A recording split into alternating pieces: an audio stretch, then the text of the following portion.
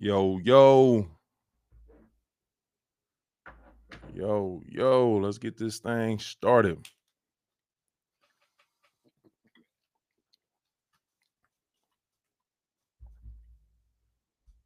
We rolling? What's up, everybody? Welcome to the set. I am your host, T. Stead. Man, please, on your way in, please like. Everyone, please like, comment, share, subscribe. We are growing in this preseason, getting ready for the regular season. It's going to be incredible. It's going to be an incredible year.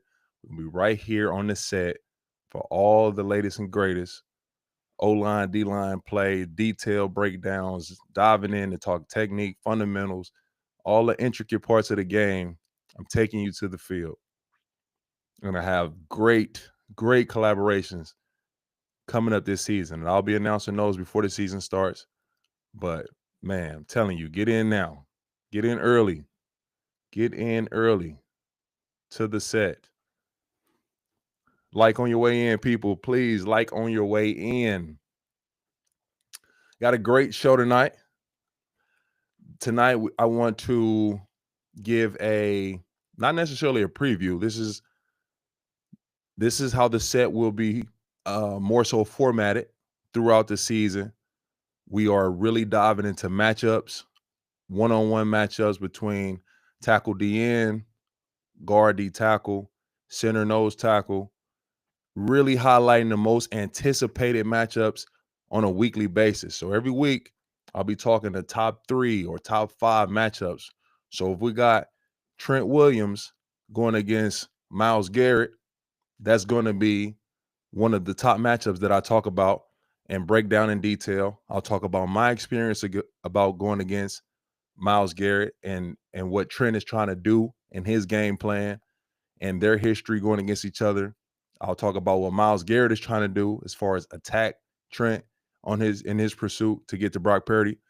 So we're going to be really in school, in class, O-line, D-line class this year. I feel like I want to be the one to really bring you guys on the field and see the game how I saw it.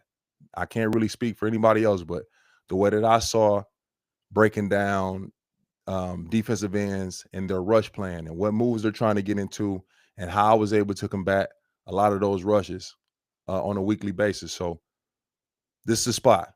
This is going to be the spot. Come rep the set. Come get in with us. Okay.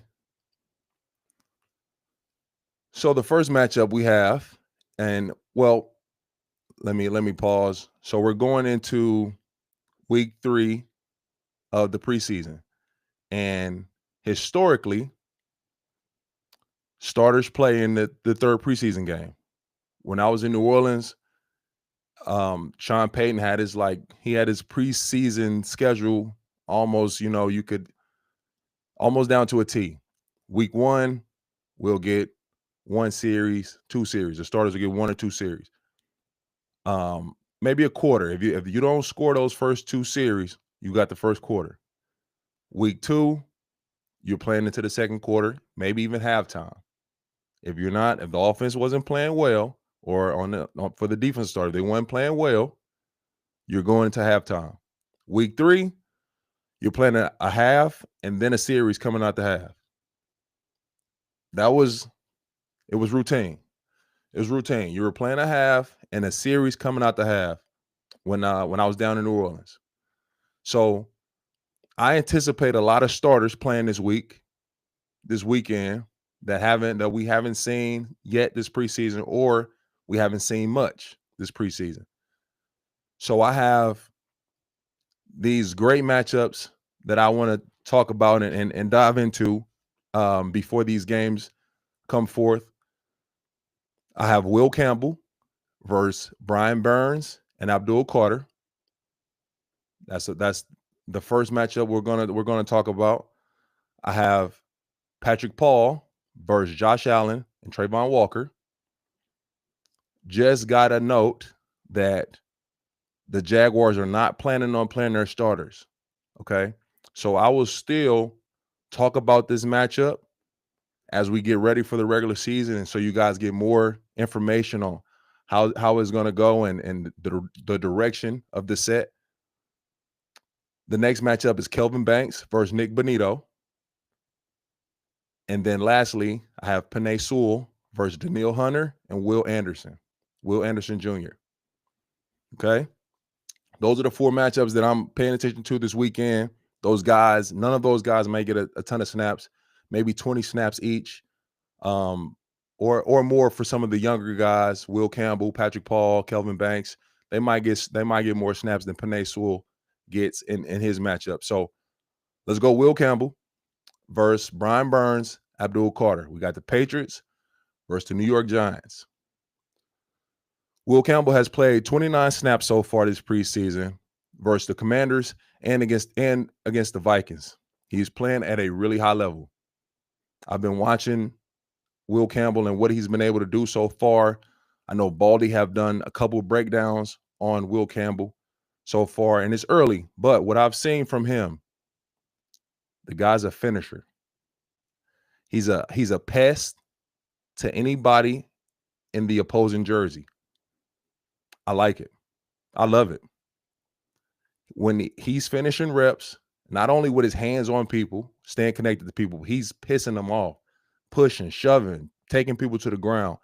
You want to see that from your first round tackle. You want to see that from your blind side, somebody that's here to be a franchise piece. Will Campbell is showing signs of that early. He's going up against a phenomenal pass rusher that I have a lot of history with, Brian Burns. Brian Burns was in Carolina when I was in New Orleans. We played each other twice a year. He was always a problem. Somebody that I really had to study every time we was going against each other. I really had to study because he always added more to his game. Burns came in as an undersized edge rusher, speed, great bend, no real power, and no real counters when he came in to the league. Every year he's added more to his toolbox. So Burns added power. He added a filthy inside spin. He added some more counters into his game to become a complete rusher. I feel very strongly about Brian Burns. I think he's a complete pass rusher. Abdul Carter, he's played 6 snaps against the Bills, 19 snaps against the Jets. So 25 snaps so far this preseason for the first rounder. And he's explosive. He's a great athlete. I've seen some really nice inside counters from Abdul Carter that you don't really see from young defensive ends.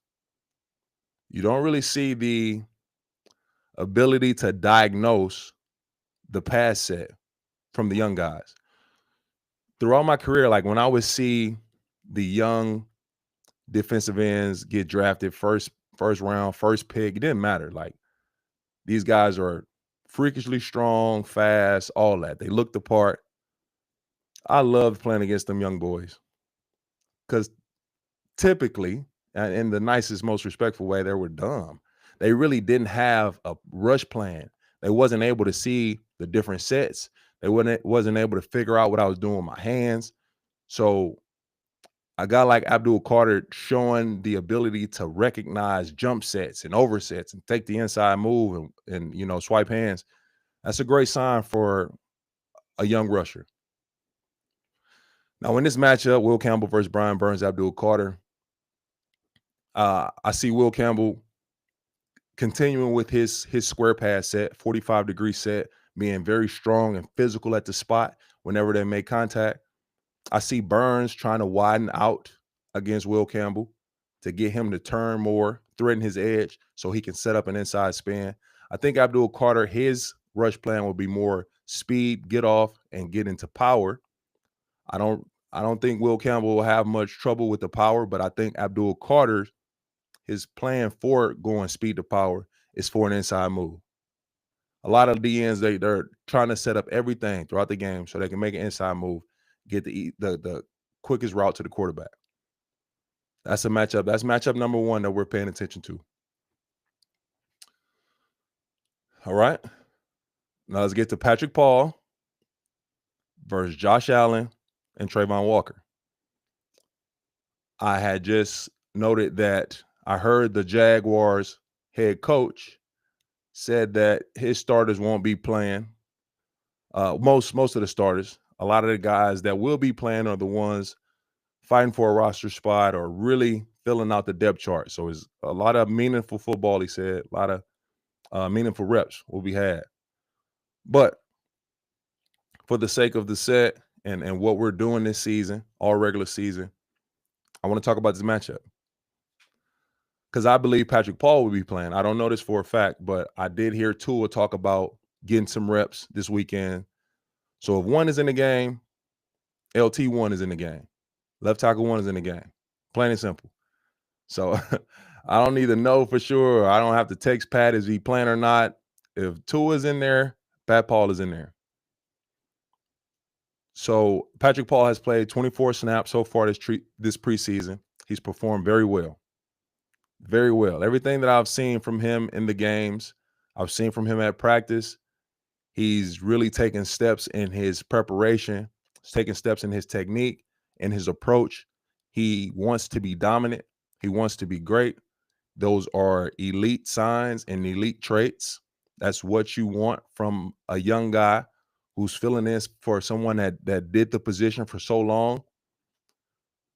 Patrick Paul, his goal for the season is to be the best him. It's not for him to make you guys forget about me, which that's fire. You know what I mean? Like, I want him to be, I don't have to want him to be, he is doing it. He's putting in the work to be LT1. Like, that's his goal. That's his mindset.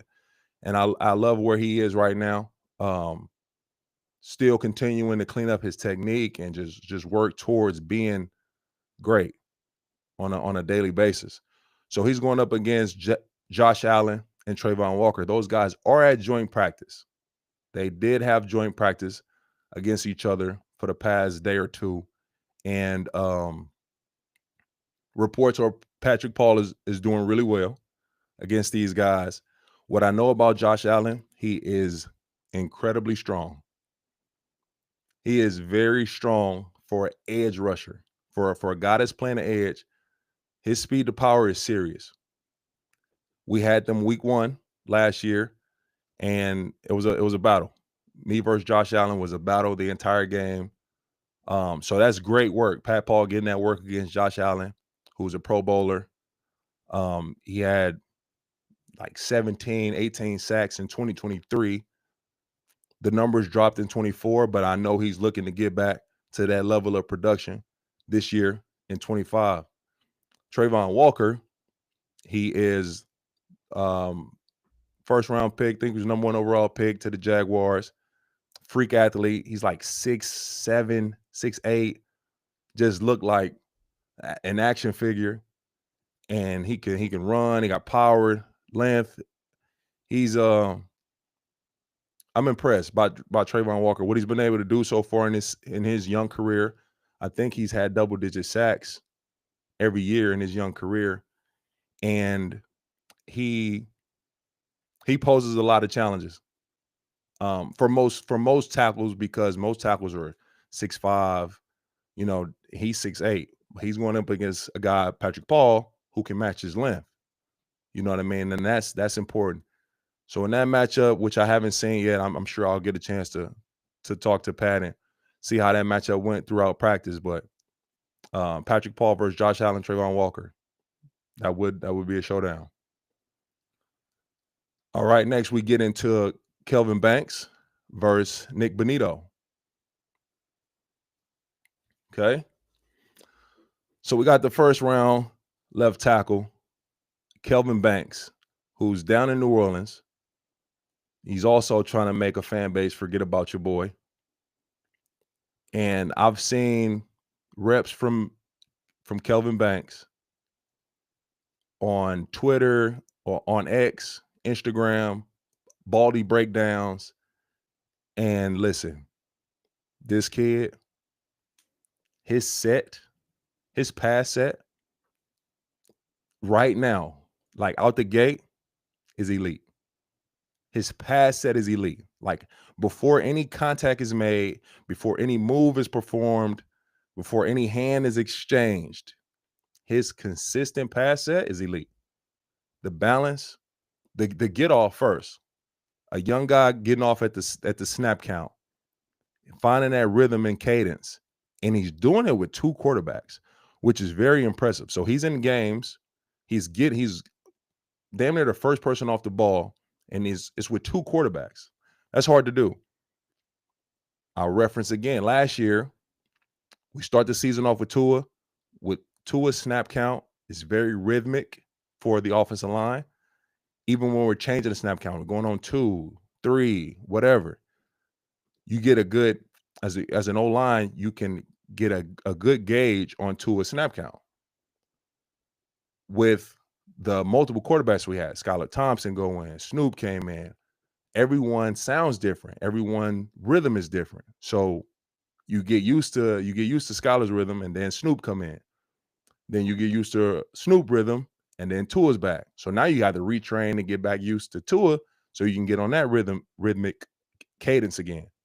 So Kelvin Banks is doing that already with Tyler Shuck and Spencer Rattler in New Orleans.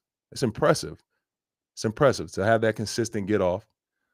But his balance and his base, his feet, small steps, feet in the ground. He knows exactly where he is in space. He knows his hand strike timing has been fire. What I've seen from Kelvin Banks in pass protection alone, signs of elite traits. Really is. Like, I am thoroughly impressed by this young man. Cannot wait to see him once the regular season start.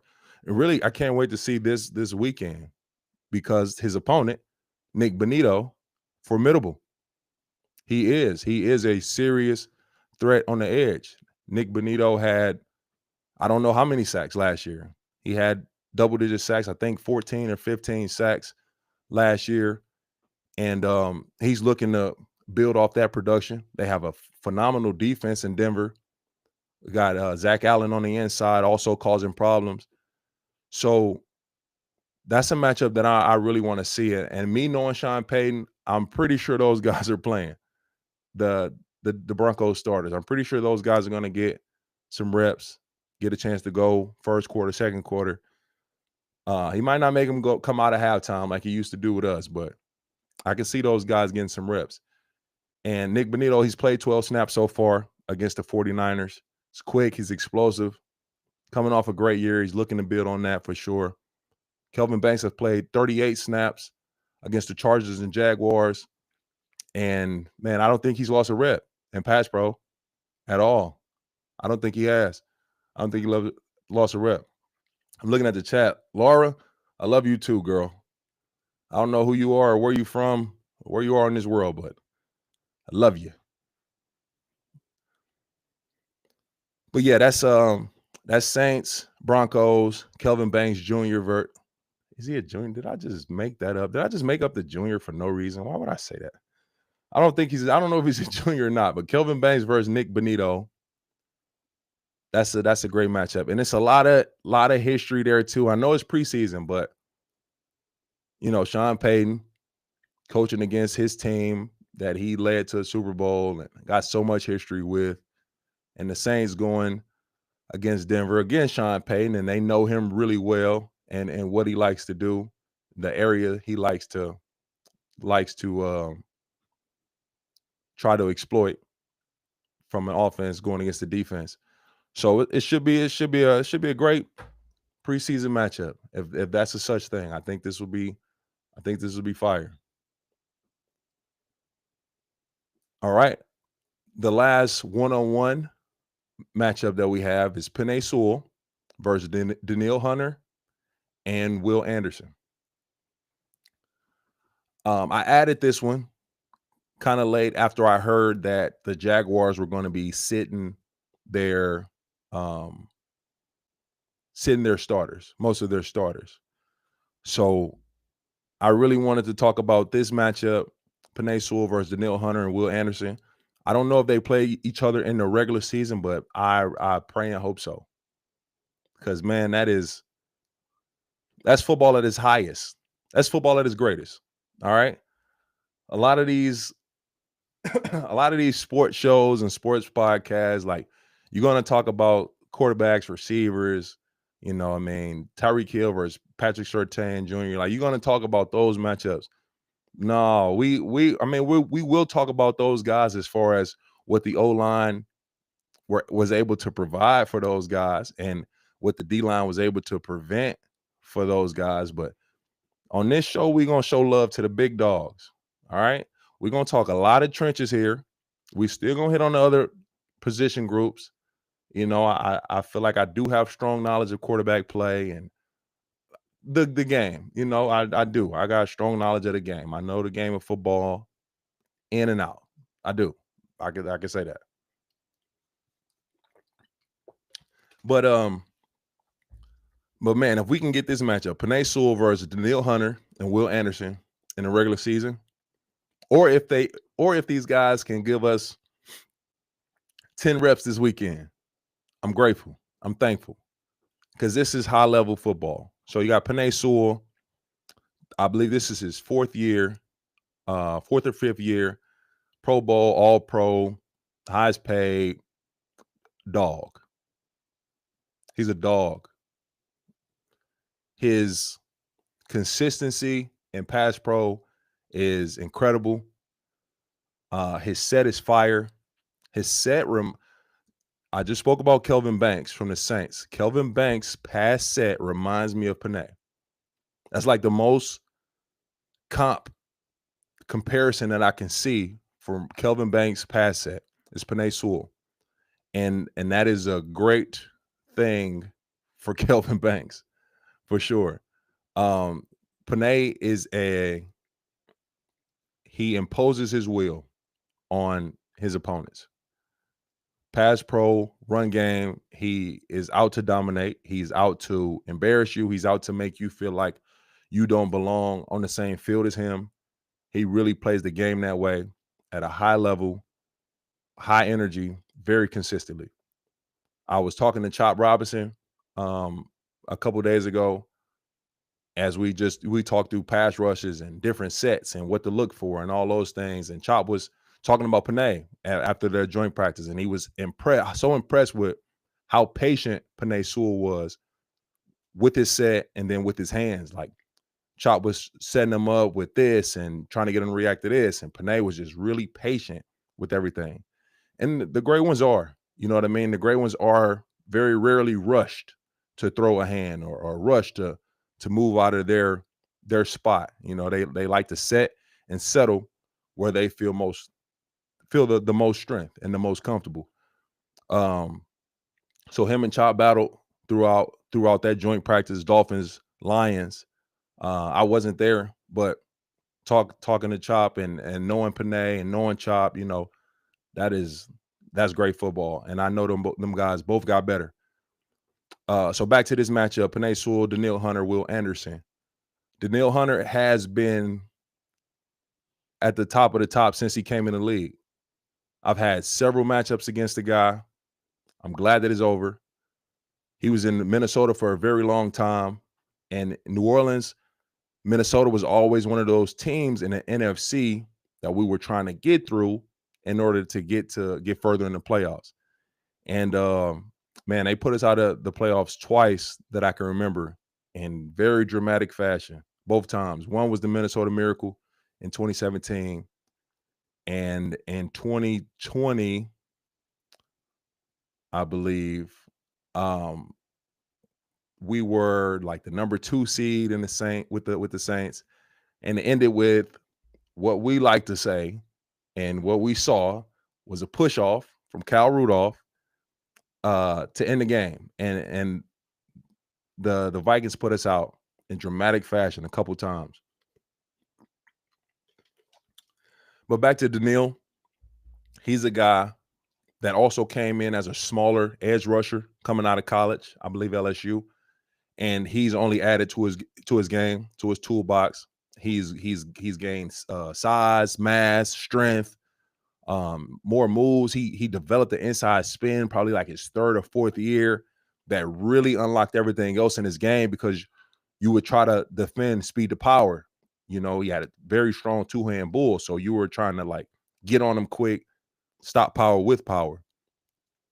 Once he added that inside spin, it took away that for us to be able to like forcefully stop power, because you had to keep your feet moving to react to the inside spin. So that's a move that has really worked well for him. And then he has a really awkward jab rip to the edge where he grabs the arm, the outside arm of the tackle, and it like propels him to the quarterback. So he's able to run the loop to get to the quarterback.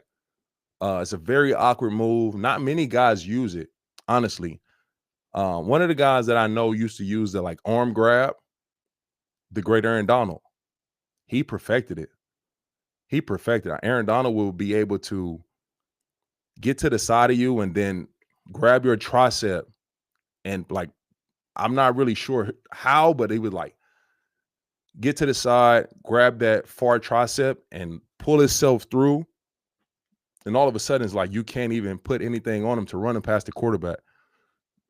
So Danielle Hunter, that's almost his signature move at this point. It's like a jab rip, grab the tricep, and he runs the loop. Very hard to defend. Will Anderson. He's first round pick out of Alabama. He has been stellar in his young career. Speed, power, size. He's smart. Really smart for a young player. And the thing I like about Will Anderson, probably the most, is how much he plays the run. He defends the run. He really does. I appreciate that from my edge guys. Like, you got to earn the right to rush the passer. And that was always my thought as the O-lineman. So as I'm preparing for guys that's great pass rushers, and like that's my stress point, you know, I got to defend, I got to block them in pass pro. Well, they got to stop me from running their ass off the field in the run game. So they got to earn the right to rush the passer. That's something we're going to talk about all season. As the O-line, you got to make them guys earn the right to rush the passer. So if you can't stop us from getting 2nd and 5, 3rd and 1, no pass rushes happen. So you got to play this run, or else we're going to keep handing that ball off. So you got to earn the right to rush the passer. And Will Anderson does a very, very good job of defending the run. In the pass game, he's speed to power. That's his go-to. Speed to power. He's starting to incorporate his hands more. So more hand swipes and things of that nature. And as he adds tools to his toolbox, he's going to be one of those very, very dangerous rushers, especially if he can continue to have Danielle Hunter on the other side of him. So the slide isn't always coming to him, or the tight end can't always be on his side, on this side, to chip him on his way out. It's always like he's getting true one-on-one battles because he has Danielle Hunter on the other side.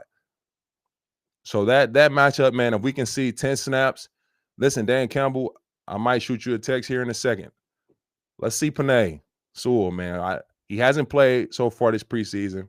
Danielle Hunter and Will Anderson, they've both played 11 snaps against the Panthers. But we want to see Penei too. So if we can get this matchup this weekend, I'm a happy man.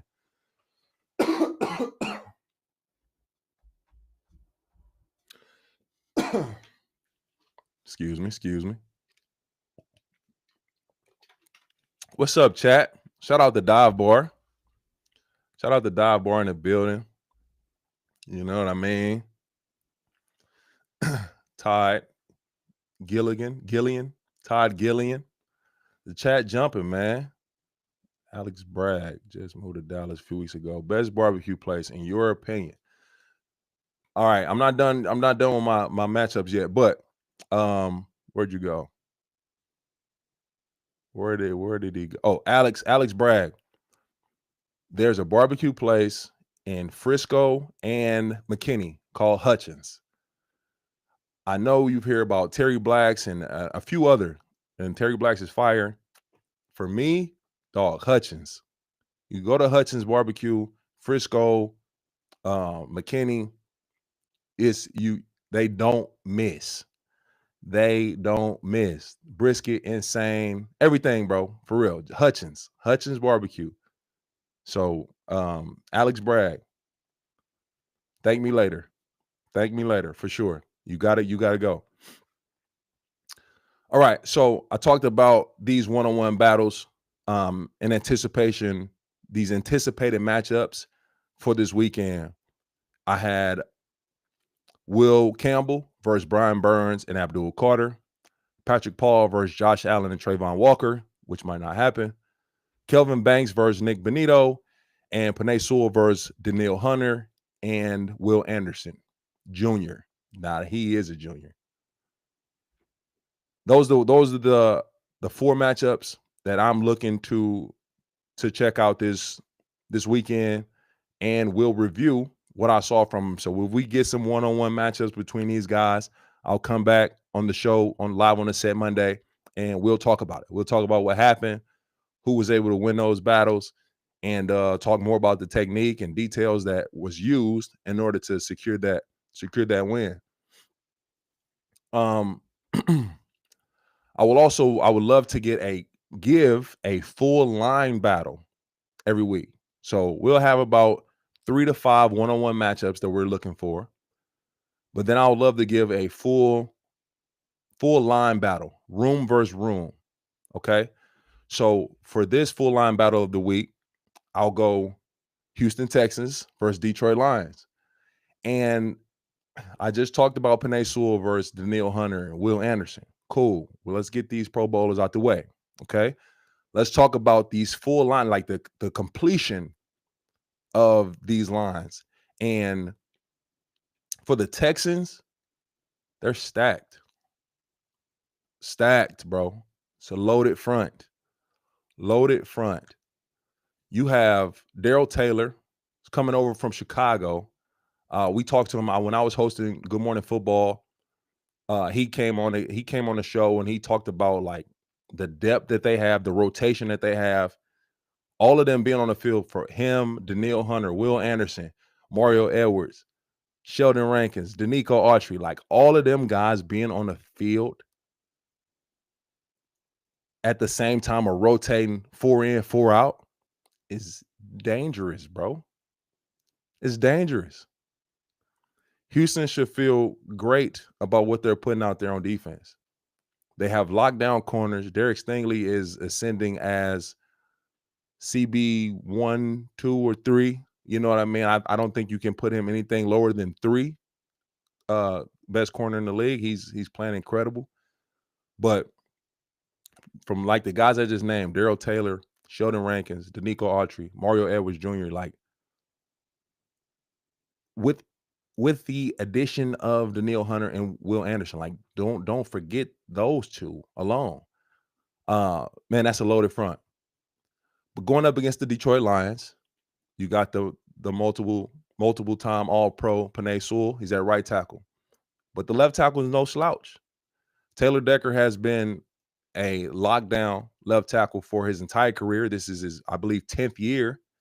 And he's only been in Detroit. That's hard to do, man. You have to play football at a very high level to be in one spot for that long. I was in New Orleans for 9 years. He's been in Detroit for 10 years. This is his 10th year. He's still playing at a high level. So he's holding down the left tackle spot. Graham Glasgow is the center, and he's also a 10-year veteran. So very veteran offensive line they have over there. He was drafted to Detroit, spent some time in Denver. He comes back to Detroit in their pursuit for a Super Bowl. And I've been live and said it that the Detroit Lions are my way too early pick to go to the big dance. So Detroit on that side, and I got Baltimore Ravens. So way too early prediction. Lions Ravens. I just think they're very two talented teams. On that Lions O-line as well, Tate Rutledge, 2nd round pick out of Georgia, is coming in as the day 1 starter. Tate has to be ready to play. He has to be ready to play out the gate. fresh from college. They have a lot that they had a lot of responsibility is being put on a young guy like Tate Rutledge, but he's played high level football. He's been at Georgia, played in big games, big moments, big situations. The lights won't be too big for him.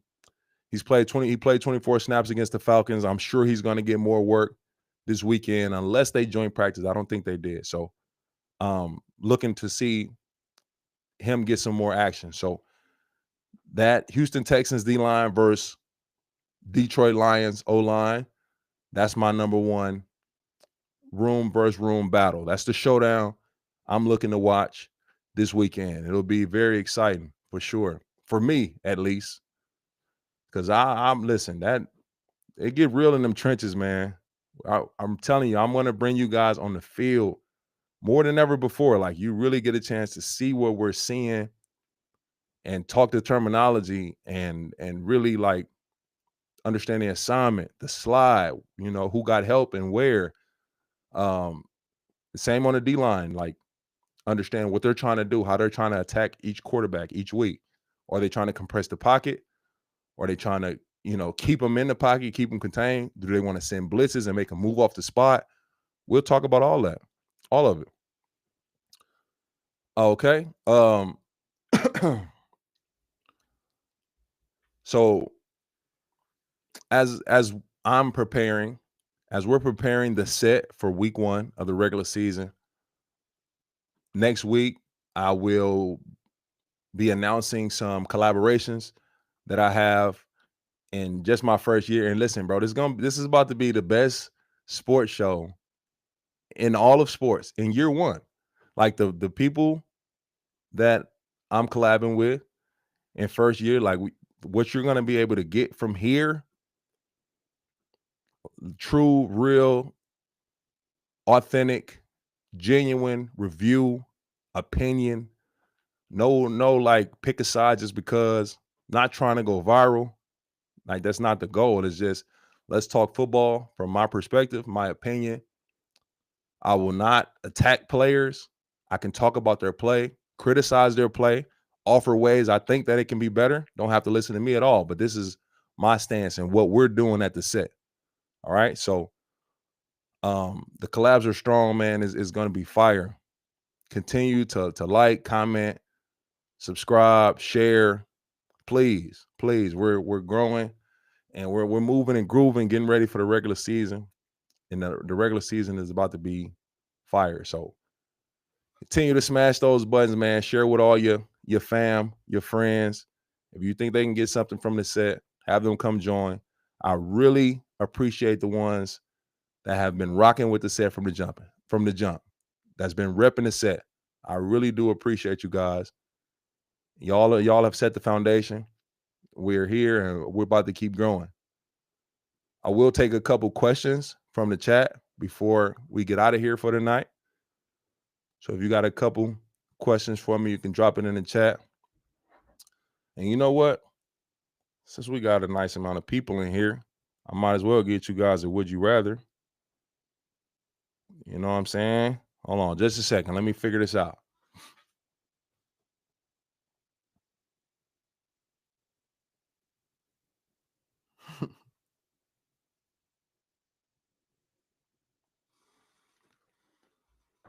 Okay.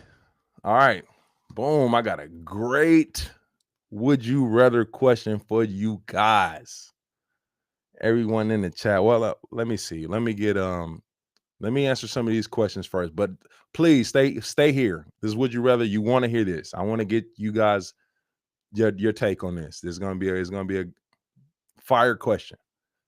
I want to see. All right. Let's see some questions in here.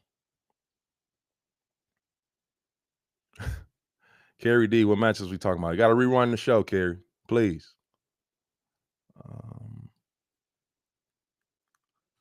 All right, fans take with CB83. What's your preference, slide or man protection? Listen, I was in man protection for the bulk of my career. In New Orleans, it was It was man protection. Mike Pro. So it was like 4 down and that guy. So whoever Drew Brees said, 4 down and that guy. You know what I mean? That's pretty much the basis of the protection. I was solo a lot in New Orleans. Like I was one-on-one a lot. And it's hard.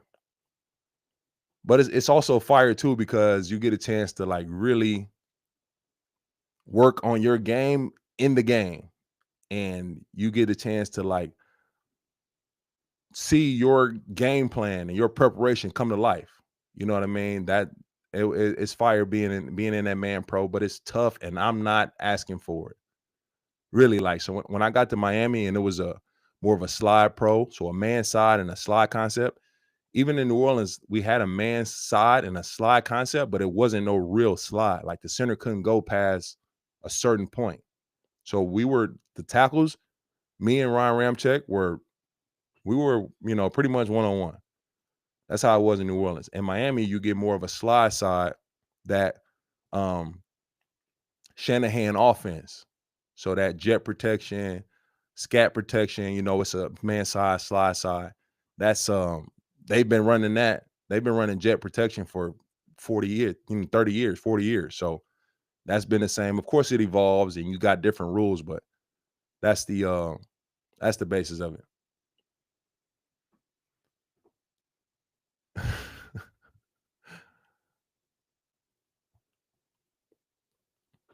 Okay. So the would you rather. All right. Y'all tune, y'all really interact right here. Give me your feedback. All right. Would you rather nobody comes to your funeral or nobody comes to your wedding? What would you rather? Would you rather no one shows up to your funeral or no one shows up to your wedding? Let me know what you're thinking.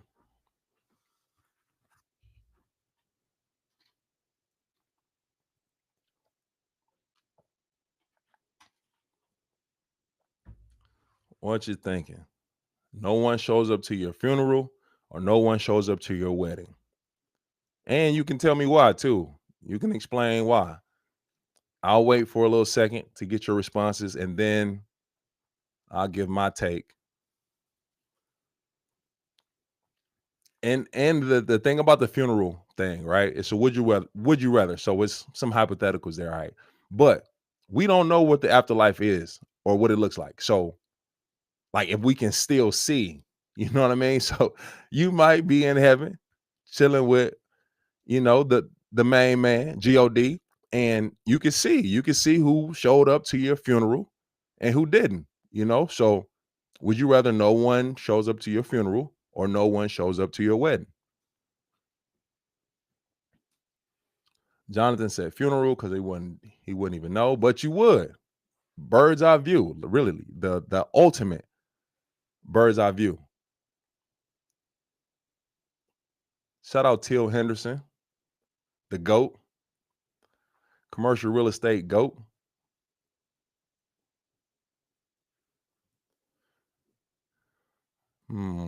Funeral, wedding. Till says wedding is for me and hubby. Funeral tells how much you impacted people during your life. And with that note, that's my answer. I would say I would rather no one shows up to my wedding opposed to no one showing up to my funeral, because I think the funeral is the final goodbye. It's the last token of appreciation and gratitude. So if you touch someone's life or impacted someone in a positive way, they want to say that last goodbye, share a moment with you and your family. So I think that is it says a lot. It says a lot if no one shows up to your funeral. Not saying that. Look, I don't know, most of you guys personally, but for me, I think that I would want people to show up to that more so than my wedding, because my wedding would be about me and my wife, you know what I mean? And more intimate setting anyway. But funeral, come on in. Let's kick it one last time for y'all send me away. Okay. All right, my great people. I appreciate you guys joining in on the set with T-Stead. Man, this season is about to be crazy. I'm telling you, it's about to be crazy. You're gonna get overloaded with information. You're gonna know about more about offensive line and defensive line than you ever have before. Right here. And I want you guys to be able to, it's going to change your perspective on how you watch the game. So right now we sit and we watch the game from the sideline and we're looking at, is it a first down or not? Did he get in the end zone or not? You know, that's what you see until they show the replay and you see the highlight of what happened. But once I get started and once you guys really sit in this room with me and we peel back these layers, you're going to start to see that, all right, that wasn't a completion because this happened. The pressure came from that side. The quarterback couldn't step into the throw because of this. Or the corner got smoked because he had to guard him for 5 seconds because of this O-line performing this way. And the running back picked up the blitz. Like, these are the ways that we're about to watch football. So we're about to unlock your third eye right there. We're about to unlock that.